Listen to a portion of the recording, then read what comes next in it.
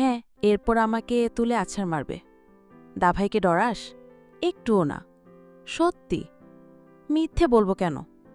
একদিন রাগ দেখলে এরপর ঠিকই ডরাইবি। আমি রাখতেই দেব না। লাবণ্য হাসে।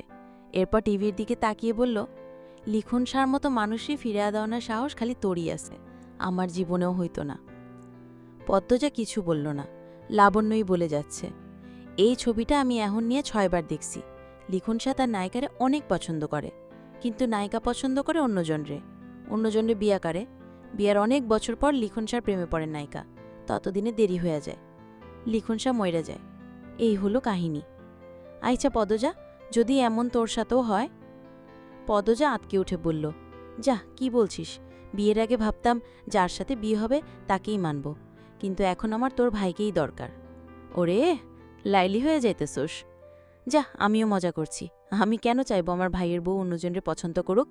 লিখন শাহ আমার, শয়নে স্বপনে তার লগে আমি সংসার পাতি।